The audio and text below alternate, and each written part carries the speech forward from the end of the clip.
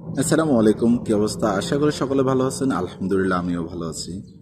তো আজকে একটা কথা সবার সাথে শেয়ার করতে চাচ্ছি, সেটা হচ্ছে যে সমস্ত ভাই ও বোনদের বাসায় গর্ভবতী মা আছে সকলের প্রতি অনুরোধ করব, আপনারা হচ্ছে আহ, গর্ভবতী মায়েদের জন্য অবশ্যই অবশ্যই ডেটের আগে দুজন রক্তদাতা, ন্যূনতম দুজন রক্তদাতা ম্যানেজ রাখবেন।